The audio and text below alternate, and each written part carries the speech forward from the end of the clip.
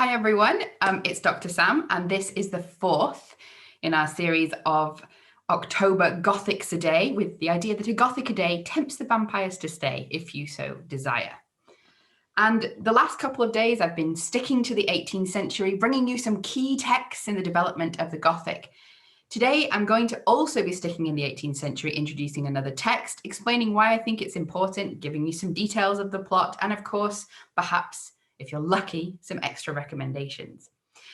What I'm going to be looking at today is a book that was written contemporaneously to when Anne Radcliffe was writing. It was published in 1796 by a writer who at the time was as popular as Radcliffe, and whose work continued to have a resonance all the way through the 19th century, with at least 80 editions of this particular book being published by the end of the 19th century. However, this writer is one that you probably won't have heard of, and often gets left out of the story of the development of the Gothic.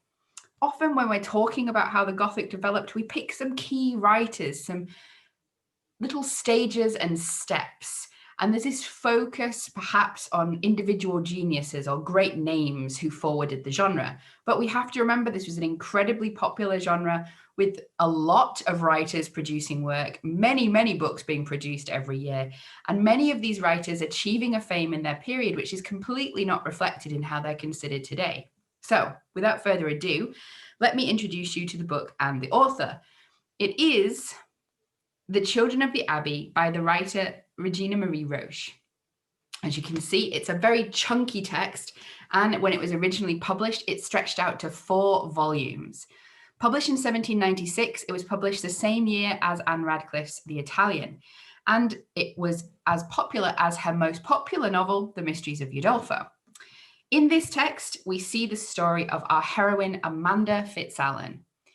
We also have as a sort of subplot and a connected story, the story of her similarly persecuted, well, not quite similarly, but also persecuted brother Oscar.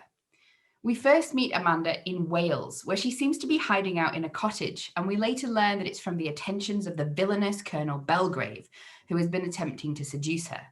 In this pastoral idyll, she meets the Lord Mortimer, who is instantly attracted to her, as you would be, but he mistakes her for a simple country maid and therefore offers her the position of his mistress, which she is not exactly happy about, and repudiates him. On learning his mistake, he realizes that, oh no, she's a gently born lady. I shouldn't treat her like trash. I'll offer marriage. And it's all looking rosy before the plot interrupts. Amanda has to leave Wales. She ends up going to Ireland. This is part of a peripatetic journey around the entirety of the United Kingdom for Amanda. And in Ireland, she ends up staying in a sort of secret location. Well, a faraway location. She's not quite sure why she's there. There's a lot of secrecy from her father, and she's not allowed to communicate with Lord Mortimer.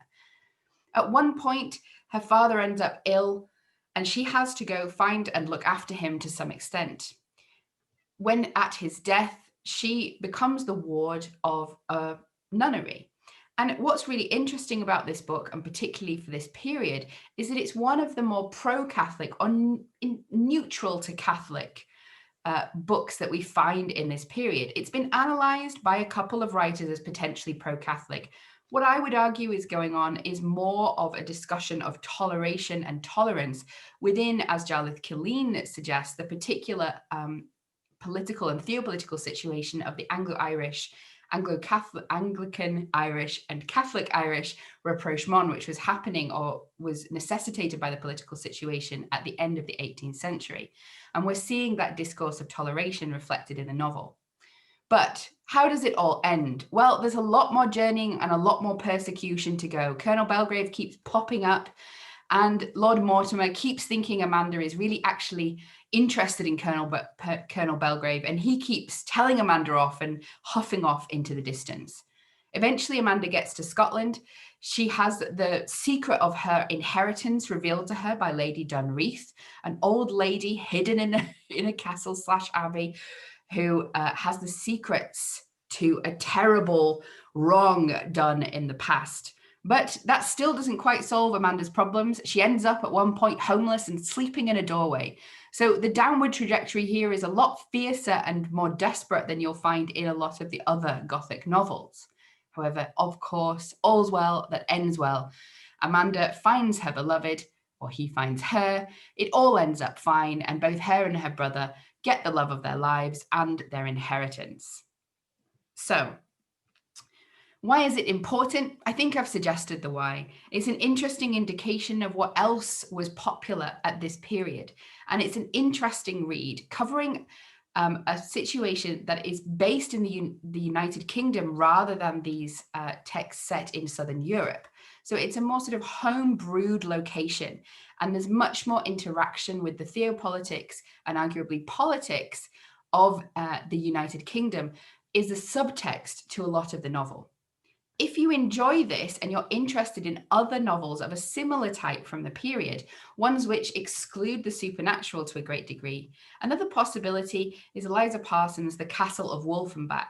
Again, we're moving into Europe with France and Germany being the main locations, but a similar female Gothic narrative with a persecuted heroine, very little trace of a ghost, and of course, a happy ending.